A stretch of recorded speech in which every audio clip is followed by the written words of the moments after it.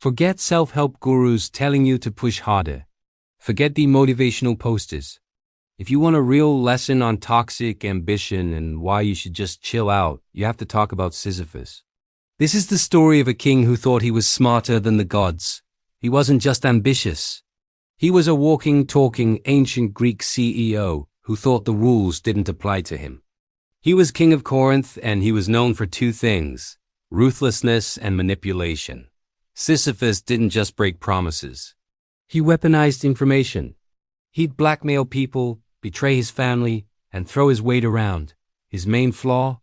He hated the idea that his incredible life, his power, his money, his influence had a time limit. He decided he was going to beat death, and he came ridiculously close. His chance came when Zeus, the king of the gods, got caught in a little scandal. Let's call it a workplace conduct violation involving a river god's daughter.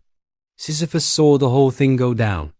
When the river god, Sisyphus, came looking for answers, Sisyphus sold out Zeus in exchange for a perpetual, fresh spring in his city of Corinth.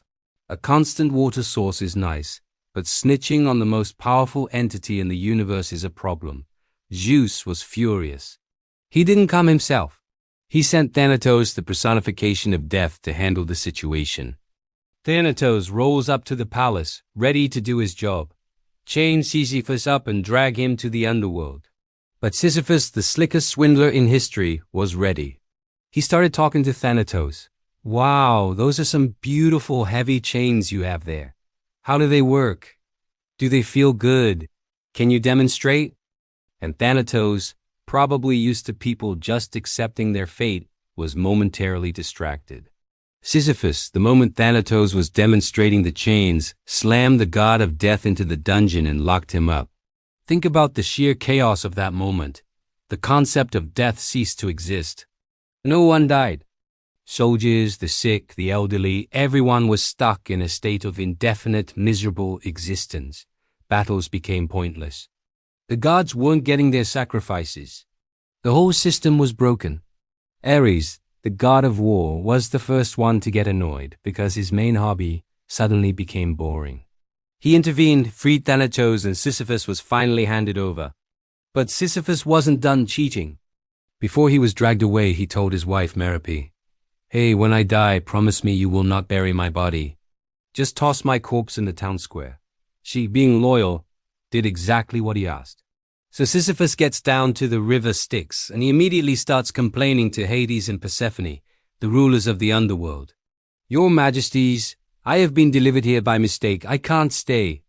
My disrespectful wife didn't give me the proper burial rites.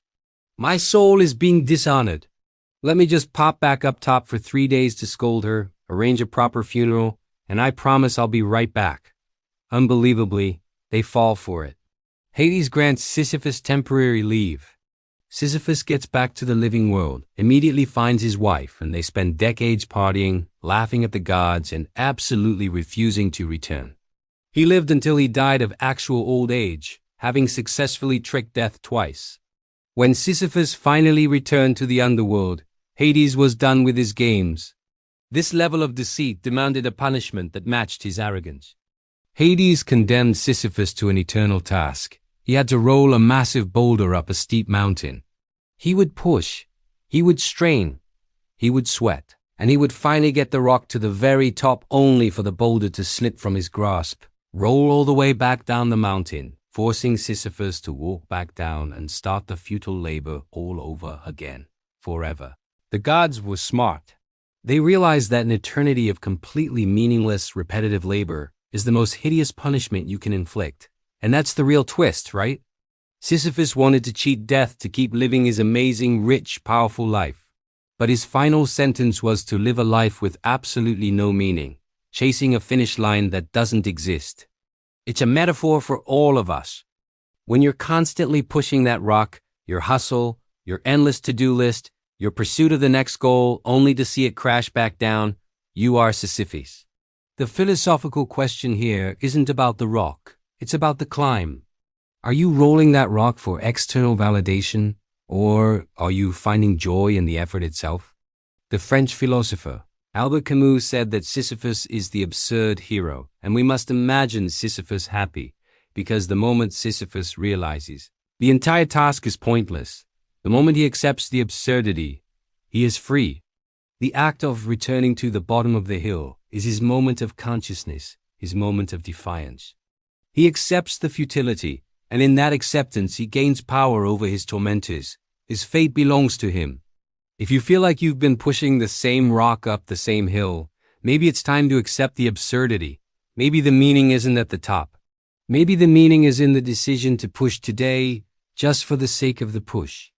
If this deep dive into ancient mythology hit different, you should be part of the Rebooted Legends family.